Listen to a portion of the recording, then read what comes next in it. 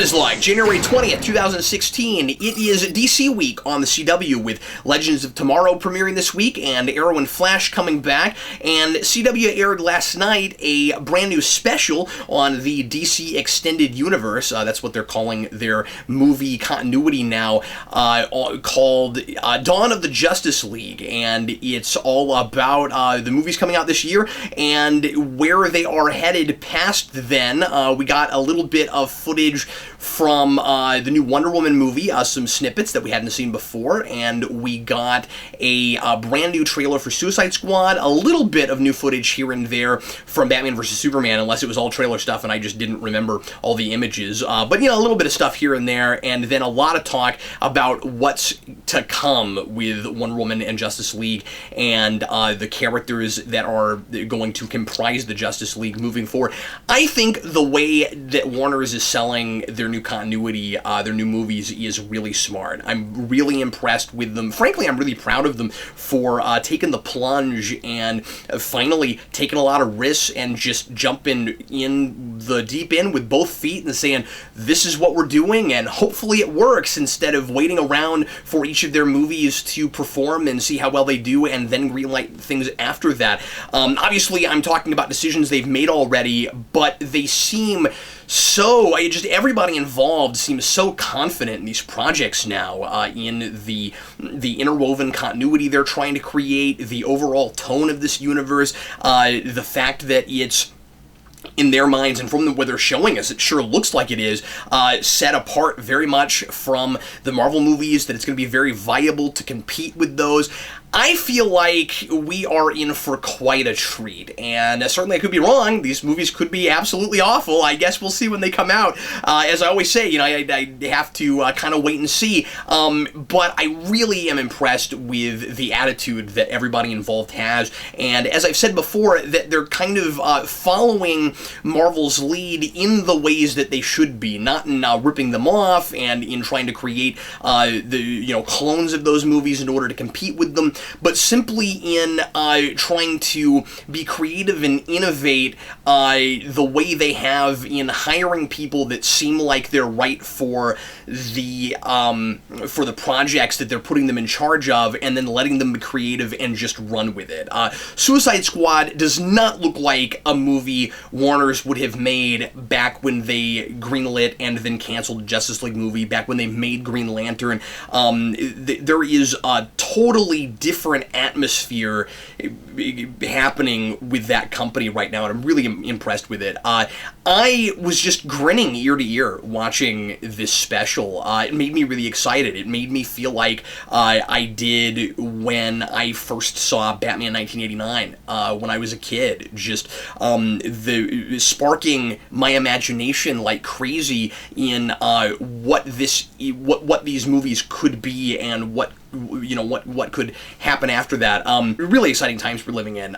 If this all works right, what we should end up seeing from now on, or for the foreseeable future, is competition making everybody better. DC really stepping up to the plate, taking what's great about their characters and their universes, merging them together, putting them on the big screen, and saying, okay, Marvel, what do you have next?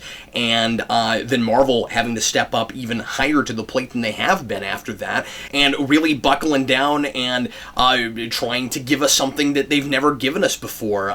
Marvel at this point cannot rest on their laurels, because they're going to have really hard competition now from something that looks very fresh and new, I would assume, to the general public, and creating something that Marvel is really not bringing, which is this very stylized comic book looking universe. I've said this before, but Marvel's movies and television and everything, for the most part, except for the Netflix stuff, which is gritty and stylized, certainly in a different way, but still kind of more realistic looking, I think, than what it seems like DC is trying to bring us. They're giving us kind of what looks like the real world with superheroes in it, and seeing kind of what our world would look like if all of a sudden these characters sprouted up right now in this day and age, and all of a sudden all these characters ended up getting their their origins, and DC is taking a different tack, which I think is much more in line with the way their books have always been produced, and that's what I love about this, is that both of these companies are creating something that really reflects their production history on their comic books and what the spirit of those books has always been. So, Marvel has always been, here's kind of the real world with superheroes in it, with setting things in New York City, using a lot of real places, that kind of thing, and DC has always been much more fantasy-based, and that's exactly what it looks like they're trying to give us. I really like that in this special, you've got Jeff Johns talking a lot about the universes colliding, that he's making no bones about the fact that these were all characters, and many of them even universes created by different people who weren't intended to all be in the same continuity, and then were kind of forced together to figure out how that would work. And instead of pretending like it's Marvel, where all these characters are already in a world and kind of make sense together, although certainly we're telling a lot of different sorts of stories, different genres in Marvel, and using a lot of different characters that certainly don't all fit together, but still were created to kind of be able to embody different sections of this world. He's talking about this as universes colliding, and I think that's really smart.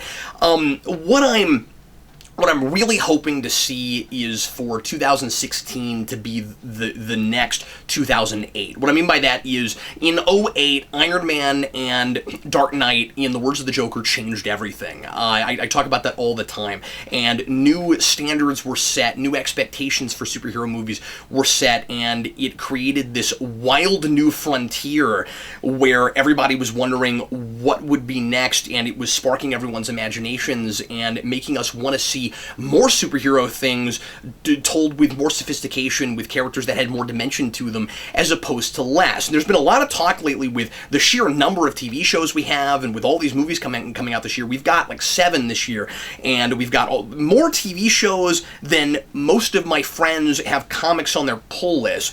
It's absolute, and like most of my friends have ever had comics on their pull list. It's mad, the sheer number of these things we have. It feels like comic books. It feels like the movie theater, and now your television is a comic book store. And there's been a lot of talk, of course, about superhero and comic book fatigue. And with DC really stepping up to the plate this year, it looks like it's going to be really interesting to see if that is what's happening, if there's just going to be too many of these things for people to want to keep up with, and so a lot of people end up with burnout, or if there's just so many good ones, people really pick and choose because there's so much variety for everyone. There's stuff for kids, there's stuff for adults, there's stuff for adults that want more really gritty adult stuff, there's stuff for people that love science fiction, there's stuff for people that love period pieces, there's stuff for people that love epic fantasy. The list goes on and on and on. Mystery stuff, police dramas, space opera, it's anything that people like in their fiction is there right now for comic book stuff. Now, to varying degrees of quality, certainly, especially when you look at television, but it is a really exciting time that we live in. And sometimes I feel the need to get a little bit of perspective and just stand back and say, I never thought I would see this. Never thought I would see the world like this. And I said this back in 2008. Was really excited about the prospect of an Avengers movie, and just even having superheroes that didn't only embody their own universes and could all exist together, for DC to do it too, and for them to embrace the notion that these are all characters that really were not created to be together, and how do you fit that together and make it really stylized and not in the year we live in now like Marvel's doing. It's going to be something for everybody. This doesn't have to be a Marvel versus DC thing. There's if they're good, there's something for everybody under the sun now, and that's really exciting. And I'm hoping that is, so when I say that I hope 2016 is the new 2008, I hope that's the new standard that's set, is that moving forward, people aren't even looking at this as a superhero and comic book as a genre, so much as simply that's the new, again, kind of frontier of mining stuff and adapting it, it doesn't matter that it all came from comic books or that it's all in the same continuity or in a couple of continuities necessarily, at least as far as with the movies. It's exciting because the comics are simply the source material. And coming from a comic book, a lot of this stuff is initially intended to be really heightened and kind of unbelievable, as a thing that could really happen in the real world. But then look at Hollywood blockbusters. Look at your average action movie and tell me how much of stuff, just because it's not based on a comic book, looks like it could really actually happen, and how far away are big slam bang again action movies in movies that far away from comic books. They just weren't based on them, and a lot of the people that go and love them and watch them have never read a comic book. That's kind of it. That's kind of the difference. And look at how many comics have been making sequels to movies that we might never get to see a sequel of in comic book form. And a lot of the time it feels like the perfect place for that stuff. This special I thought was really good.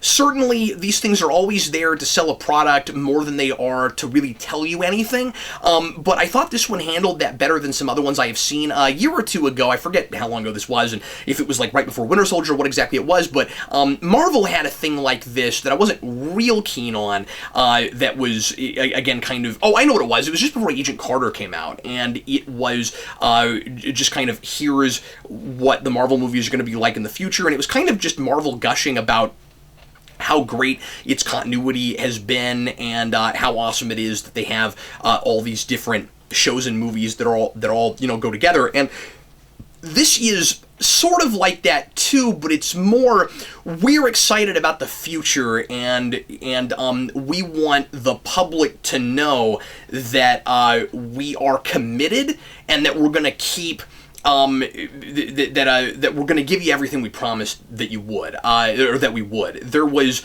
when that list came out last year, I think it was last year, of all the movies that DC and Warner's were planning on putting out, and up through 2020, a lot of people were like, yeah, you shouldn't have, I think I even kind of said this, that like maybe it wasn't real smart to publish that list yet, because people aren't going to trust you. You don't really have that consumer confidence yet. You have a very long history of movies being in production hell, and not taking risks, and not getting stuff out, and canceling things prematurely, waiting around to see if the last thing you put out that was made in a really trepidatious way, like Green Lantern, really uninspired, and not really allowing the creative material to just run away with itself like it looks like Suicide Squad might kind of be. When they were doing all of that, they were creating this reputation for themselves that this is a wait-and-see company that's not willing to really try stuff. And so when they put out that list, a lot of people didn't believe them. And now that I've seen the special, and maybe I'm drinking Kool-Aid, I guess we'll see. But like Wonder Woman is obviously filming, or finished filming. That's happening. We're getting 2 of these movies this year, and this is so fascinating to me. We are technically getting 2 Batman movies in 1 year. I didn't really put that together. That didn't really sink in until I watched this thing, and I thought, oh, wait a minute. We've never had anything like that. Like, it's not a Batman movie in that it's about Batman, but it's about the Joker and Harley Quinn, and some of the other villains there are Batman villains, and they keep showing this image of Batman holding onto the top of a car going around a corner, so he's in it in some capacity, even if that turned out to be a flashback, and I would be real surprised if it was. 2 Batman movies, technically, in the same year. That's really cool. I mean, that's really exciting to me. And so when Jeff Johns is talking about The Flash and Cyborg and Aquaman in Justice League, and clearly Justice League is going to happen, it's hard not to think now that they are in the same league with Marvel, that when they announce things, they're going to happen. Now, again, are these movies going to be great? Are people going to accept them like they have Marvels? Are people going to think that it's too adult and too gritty and too cynical and all of that stuff? I guess we'll see. I mean, we just don't know yet. And I could feel that way when I finally see them. Certainly, there is a part of me that really hates that I feel like I'm going to have to go to Batman vs. Superman before I can take my kid to it. At the same time, I'm reminded that in 1989, when Batman came out, there were a lot of critics saying, don't take your kids, this isn't a kids movie. And of course, times have changed, and what we see as acceptable for kids changes over time, and we've all become a little bit more desensitized. There's a lot of talk about how the average consumer is much more sophisticated than they were 20, 30 years ago, and all of that. So it's all relative. It's all a matter of perception. And so, like, you know, I let my kid watch that movie now. If I had been my dad in 1989, I don't know if I would have. Not my dad did, but me personally, I don't know that I necessarily would have. But I do kind of feel like with the whole, you know, Batman branding people and all of that, I do kind of feel like I need to maybe go see that movie. And I wasn't even sure with Man of Steel, you know, after I saw it, whether or not I wanted to show it to him. But then there is a lot more variety now, again, between television and movies and direct-to-video stuff and all these things. That there are plenty of things for kids, and so I don't want to jump on the superhero movies need to all be for kids bandwagon. I do kind of wish that Suicide Squad could be rated R, like it looks like it sort of wants to be, in pushing the envelope for PG-13. The director keeps saying that, and but like in having this kind of consistent branding, and creating an overall tone. They keep talking about how, well, they kind of need to all be PG-13, and obviously that's for box office. I think. I say obviously. I personally think that's got to be all for box office. That it's going to be just like with Spawn back in the late '90s. It's going to be a lot harder to make the with a giant blockbuster like that the kind of money you want to if you get rid of the whole 13 to 16, 17 demographic, 16 demographic, the preteen to teens. So I kind of get that. I was curious that with the Suicide Squad trailer that they just showed, it still said not yet rated, but everybody involved keeps talking about how it's going to get a PG-13. So I'm not sure why it's taken that long for the rating to get on there, but it's going to be PG-13. I'm almost totally positive. But anyway, so like I said, I'm not so much on that bandwagon, but I certainly could see myself going to both of these movies and going, yeah, this is all, especially out the gate, way too heavy and cynical. What I'm hoping is happening is that we're getting, that we're going to see kind of this Dark Ages period for DC, and Justice League is kind of the New Enlightenment period. And that's what it really kind of looks like. Something else that I hadn't thought of before, that Jeff Johns and Kevin Smith, who, by the way, was the perfect host for this, and I'll talk a little bit about the structure of this and the presentation here in a second. But I really liked his talking about the Suicide Squad as kind of the anti-Justice League, because when that was first announced, I said that it seemed a little bit too counterintuitive to me that you would start with a bunch of villains before you saw them fight their good guys. And it hadn't occurred to me that we're in a lived-in universe where these villains have all been put away because they've already antagonized their heroes or antagonized someone, and have been put away. And we know that Batman's been around for a long time, and several of these are Batman villains. So at least a few of them. And so it makes sense, first of all, that you would have this big collection of villains, and it seems like and again, I hadn't thought of this before, but it seems like maybe the point of this movie is gonna be to do a whole film about why the Justice League is necessary in the first place. So we don't have a Justice League yet. We've got this group of villains that the supposed government good guys, led by, of course, Amanda Waller, are trying to use to fight big, extreme, maybe even sometimes supernatural threats, because we don't know exactly what the threat's going to be in Suicide Squad, but it's looking more and more to me like it's probably just the Joker. I don't know what else is going to be there, but Jeff Johns did finally just come right out and say that, the Joker is not a member of the Suicide Squad, and that makes me wonder if maybe they were brought together to go after the Joker, because, you know, Amanda Waller's not trusting Batman to take care of that, or if the Joker is even involved in some bigger scheme that is beyond him. Who knows? Because there's a lot of those things in comics, right, where somebody is dumb enough to hire the Joker for something.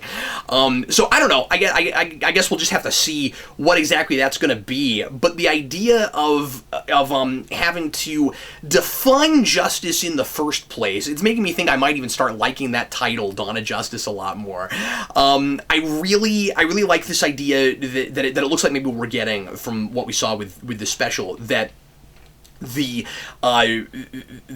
movie is all about showing us these how far the world has gotten in this really cynical direction, where the only way we know to fight evil is with evil, and we need it's the whole reason we need heroes in the first place, to set an example and show us how we ought to be living, and the kind of ethical standards we really can hold ourselves to, and that the ends don't have to justify the means, and so I am so on board with that, if that's what that movie's going to be. I think there's a really good chance for some great psychological thriller stuff. I think there's a good chance of turning those characters into real human beings who have just gone, who have just completely lost themselves. And I'm expecting, as fun and over the top and kind of black comedy as it looks, I'm kind of expecting some of these characters to, by the end, seem really kind of sad and tragic. And I guess, well, you know, that it's going to be sort of a cautionary tale. Again, I've not seen the movie. I don't know. We'll have to wait and see. But that's sure the impression I'm getting from it. That trailer really got me. And I'm hearing some people talking about it, not impressed, and saying that it's too much of other things they've seen before. Maybe I'm just not watching enough movies, but it seemed pretty fresh to me, at least for superhero stuff. It looks like this wonderful dissension into madness. I thought, as overused as this song has been in other things, I thought using Bohemian Rhapsody was a stroke of genius. Nothing really matters. Just all these, you've got all these villains that have, like I said, kind of lost themselves and don't have their own identity anymore and aren't living for anything, and they're put away and rotting, and all they can really do is to experience any kind of feeling, joy or otherwise, is to let Amanda Waller send them out on a mission that they're probably not going to come back from. Nothing really matters. And then I found myself, and I don't think this part of the song was used, but I found myself thinking about the end of that song, Any Way the Wind Blows. And I thought, yeah, what a good choice. And that song really should be the theme song for that movie, in exactly the same way that Hooked on a Feeling was the theme song for Guardians of the Galaxy. And I'm also reminded a little bit of Guardians because, of course, that's also, by the end, not really an anti-hero piece, because those characters more or less, by the end, kind of decide to be heroes and do the heroic thing. I'm not expecting that from Suicide Squad at all. I think Suicide Squad is going to be all about how these people cannot change even if they want to, and that you can't control people and try to use bad to for good. It doesn't work.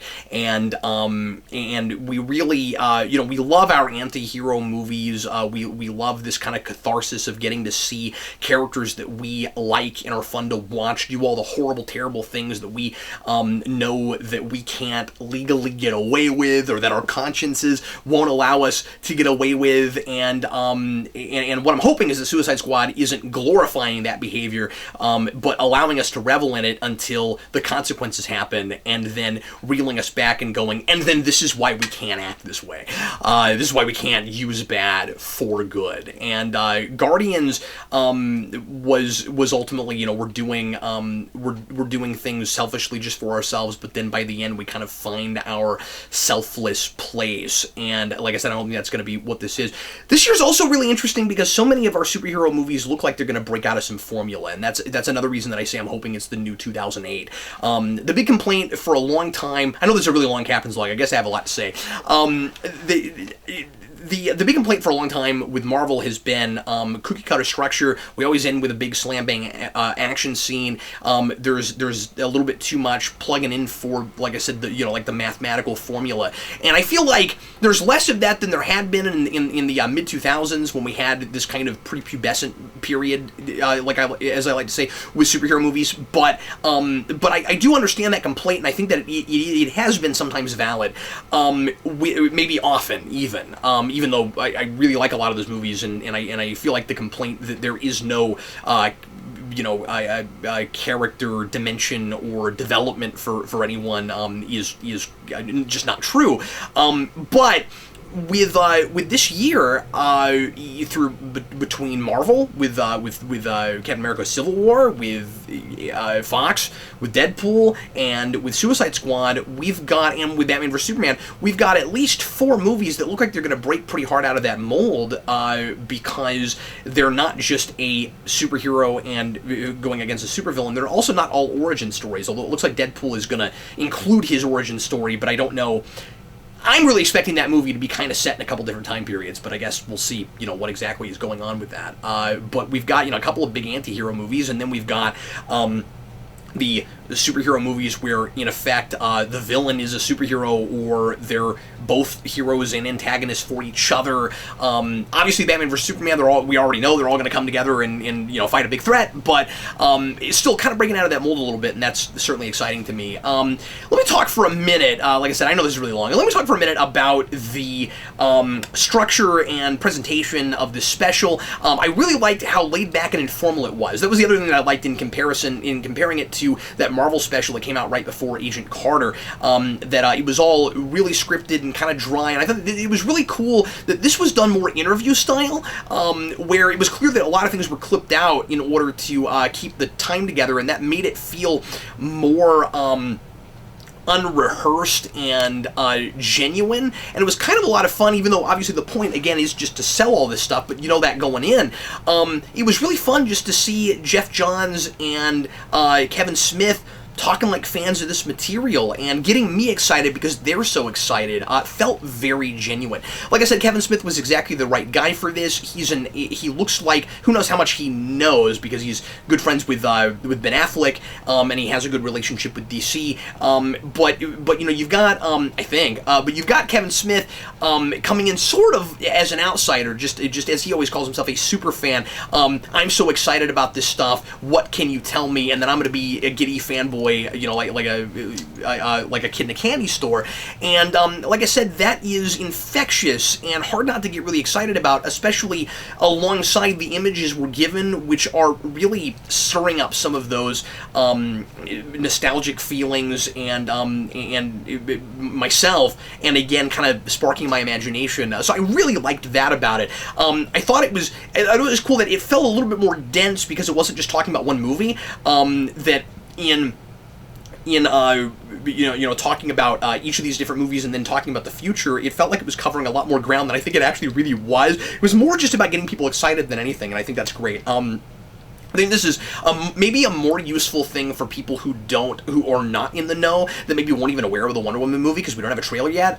It's really easy for those of us that are on the internet a lot and are part of fan communities and stuff to forget that there's a whole swath of the population that is interested in this stuff, that is not keeping up with everything on the internet, and that only sees a trailer if it's on TV or a TV spot, or if they go to the movie theater. And some people are not on the internet, go to every superhero movie, but don't go to any other movies, and ergo they wouldn't necessarily see the trailers for these things. So seeing this thing at a time, in a primetime spot, while during a week when some of these people are going to be really excited to watch the DC TV shows, put a pin in that because I want to say something about that in a minute too. You're going to have a lot of people that are going to be finding out about stuff and just getting excited about things that they weren't even keeping up with, maybe weren't even aware of who was going to be in the Justice League and what characters were getting their own movies and things like that. This got me, and maybe I'm drinking some Kool-Aid here, this got me more okay with the idea of Cyborg on the Justice League. I can't even believe I'm saying that. I've never loved Cyborg on the Justice League, especially in kicking out characters like Martian Manhunter and stuff like that, who I'm really hoping we get later on. Although, again, really cool he's on TV right now, since we're not getting him in the movies right away. That's with Supergirl. That's pretty great. Best movie they've made. But with all the talk that Jeff Johns had here of and Kevin Smith, I thought it was really kind of insightful that he brought this up, that Cyborg is more of a poignant character now than he ever has been because of how plugged in we all are, and that he's a man trying not to turn into a machine. And at this point, I think we can all relate to that in a way that we never could before. That if you're plugged in all the time and constantly being fed information and not able to compensate with enough human interaction and that kind of thing, that you're afraid that you'll become a machine or be something less than human. That's a thing that has been cropping up a lot in science fiction lately. Of course, it's the thing that's always been there, but it's a big thing that people are worried about and kind of afraid of, and I think it's a wonderful thing to represent in a hero, in a modern hero who's supposed to be part of this big pantheon that goes back with Wonder Woman all the way back to the Greek gods, like creating this kind of modern, larger-than-life hero who still has that very human side to him that we can kind of relate to, and when he does the right thing, it makes us feel like we can also step up and not get consumed by the technology that we're using, and not be a slave to it. And so anyway, I don't know how well it's going to be handled, but that was a spin on that I had not really thought too much about before, as far as why he's relevant. And I mean, maybe folks aren't going to agree with me and say, well, there's other characters you could do that with and stuff, but yeah, I don't know, that they got me with that a little bit. And then Wonder Woman looks just wonderful. I'm so excited. I'm more excited about that movie than I ever thought I could be. I really like the talk. I forget her name, but the director was interviewed, and she's there briefly. And I forgot that it was directed by a woman. I think that's neat. There's not enough female directors working in Hollywood in general. That's really cool. They're going to get a lot of brownie points for that, especially because they're going to get a female-led movie out before Marvel does. I think that's going to come out before the... see, there's so many of these things, I can't keep up with it all. I don't have a list right in front of me, but I think that's going to come out before the Ant-Man sequel that's Ant-Man and the Wasp. I'm sitting here like I can think of Janet Pym, but I can't think of the Wasp. So anyway, but she talks about how Wonder Woman in that movie is a very caring and effeminate character without losing the strength, and I really like that she said that. So that was really cool. Like I said, just getting to see some new images from that was great. Wonder Woman on horseback is immediately an iconic kind of image. But yeah, so I'm just kind of stoked. The other thing I wanted to mention is I think that the popularity of the DC shows has helped a lot in Warner Brothers gaining this kind of confidence for these movies, and in going full tilt with the comic book origins and tone and stuff and mythologies, because one of the things I really liked about this is that because I've been complaining that Batman vs. Superman has given us too much. I don't like that we already know about Doomsday. They've told us too much about that. The Suicide Squad trailer they just put out 7 months before that movie comes out needs to be the last one we see. There should not be too much more footage from that, and so I am still worried about them revealing too much before we get to see the movies.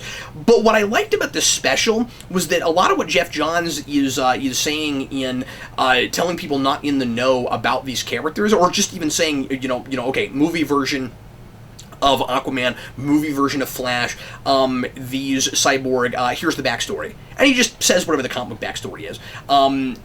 That's fantastic. I mean, he's just kind of telling people that haven't been reading comics, aren't in the know, what these characters are, and then they're just taking that right to screen. Again, whether it's done effectively is another story, but I think it's really cool that they're just very confidently saying, yeah, these are these characters, and that's who they're supposed to be, and so we're putting them on the screen. It's going to be interesting with Flash, because because I think a lot of people that only know Flash from the TV show are going to see this almost as like a screen adaptation of a character they like a lot from a TV show, as opposed to going any other way. That's probably partly why they went with Barry Allen in the first place. Since we got a Barry Allen on TV, and I'm sure there will be folks that agree with me on this, I kind of think maybe we could have gone with a different Flash in the movies to start with. Maybe make that a lineage thing and say that Barry Allen's been around, but now we got Wally West or something. And they're certainly going to characterize it differently. And I don't know if there's a rumor or not. I have heard that he's supposed to be gay in the movie, so they're going to try to do some different things with him and not make him exactly the character in the TV show. But still, Jeff Johns is talking about how, you know, his mother died and he became obsessed with forensics, and that's the TV show. So I mean, like, anybody that hasn't read the comics or that's watching the special is like, oh, I'm familiar with that. I know who the Flash is. Yeah, that's his backstory. You know, so. I think that has probably helped them a lot and created some, you know, again, consumer confidence. Something else that I'm going to backtrack on a little bit. I have said before that I don't love that there are so many different screen continuities for DC, and that Marvel has really come together and had one really cohesive one, and I really like that. On the other hand, I mean, I'm going to argue with myself because DC has always been that continuity that's about a lot of different worlds, and one of the things that people love about it is all the different ways you can tell these stories. We don't think of Spider-Man, even though they've been trying to kind of play this up lately with Spider-Verse and stuff, but we don't think of Spider-Man so much as a character that there's 100 different ways to do. There's 100 different versions of that character. Yeah, there are all these different Spider-Mans, but they're all essentially kind of the same character, just retooled a little bit. Whereas Batman has the same backstory, but he's more of this elemental kind of character where what he is and what he stands for can be the same, but his personality can be vastly different, and like a whole different pantheon of different kind of characterizations. And I think that's true for a lot of DC. And so so I'm going to backtrack on that a little bit. I actually think it is kind of neat that we've got all these different continuities, and so it's not going to feel like when we get to the movies that it's pointless to keep the TV continuity going if it's different enough. And of course, the TV continuity does look like it's sort of set in present day. Actually, it straight up is set in present day when we're talking about, you know, Flash and Arrow and stuff. And this is going to be a more heightened, kind of gritty sort of comic book universe, stylized kind of comic book universe. So anyway, that's all I have to say right now. I know that was real loopy and roundabout. I'm just kind of getting my thoughts out while I'm developing them, and that's what the Captain's Log is all about. So if you were expecting something polished, you're watching the wrong show. Anyway, everybody, thanks as always for watching. I'm really excited to see what your thoughts are on this special and the Suicide Squad trailer, which I didn't talk a lot about, but I meant to say this too, and excuse me, I meant to say this earlier too. The other thing I wanted to say about the trailer is I was a little bit surprised that it didn't go down a character roster like the Guardians of the Galaxy one did. When they said Deadshot, I really thought we would hear every character's name, and we didn't get that, which I thought was a little bit surprising. But anyway, leave your comments. Looking forward to reading them, and in the meantime, I'm Captain Logan, and this concludes today's rather lengthy Captain's Log.